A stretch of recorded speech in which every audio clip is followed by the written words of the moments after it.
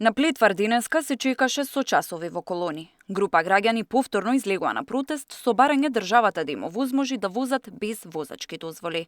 Велат немат ниту образование, ниту пари, па наместо возачка бараат разбирање.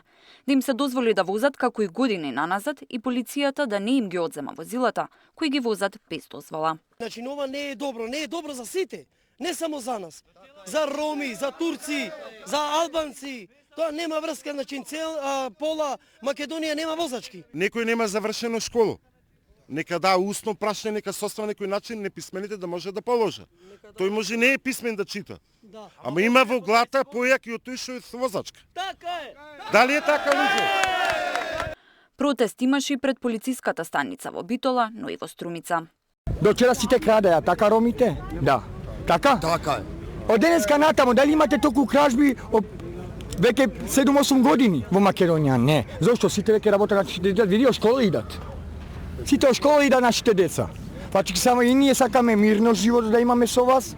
Вие не сте криви, ние сме граѓани како македонци, сите сме во Македонија. И сакаме ние да живееме како луѓе. Дајте ми некое право да може да ги возиме колите кој што знае да вози. Кој што ќе пија, кој што со дрога ќе го фата. Има право не да му зема колата, има право да го клаи затвор натре, да лежи. По заканите за убиства и тепачки, ако им се одземат возилата кои ги возат без возачка на синокешните протести, премиерот побарал од министерот за внатрешни работи жестока реакција. Разговарав денеска утрово со министерот за внатрешни работи и она кој што го побарав од него да биде за секој некој што го прекршил законот, се заканувал, јавно упатил, закани го загрозил мирот и безбедноста на граѓаните, жестоко да се одговори. Министерот кој е заложен за интеграција на ромите апелираше демонстрантите да бидат смирени. Вели тоа што доаѓаат од ромската заедница не ги амнестира од правилата и законите кои мора да ги почитуваат. Е навистина жал она што го слушам и како барања на граѓаните од ромската заедница дека нема такво право. Во смисол да возат без дозвола, бидејќи нема основно образование, се неписмени. Тоа не ги амнестира во смисол да можат, ако е неписмен, да вози возило, односно да нема возачка дозвола. И сите кои управуваат моторни возила мора да имаат возачка дозвола.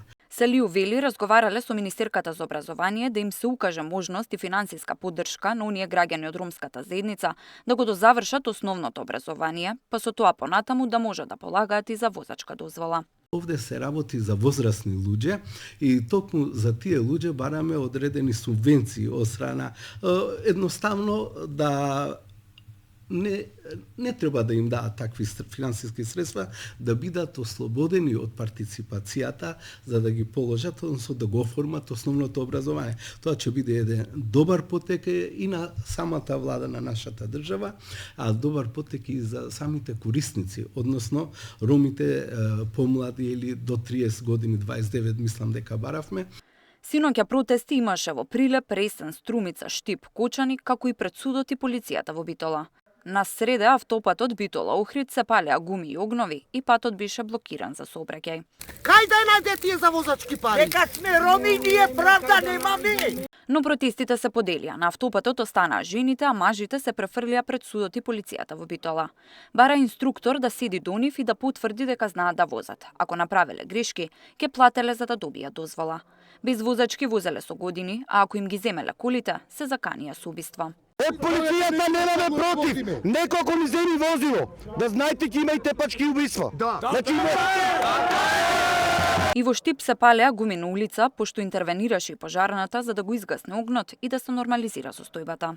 Од МВР денеска соопштија дека за сите видови на протести, како досега, така и во иднина, ќе одговори согласно своите надлежности за да се обезбеди стабилен јавен ред и мир. За сега нема уапсени лица.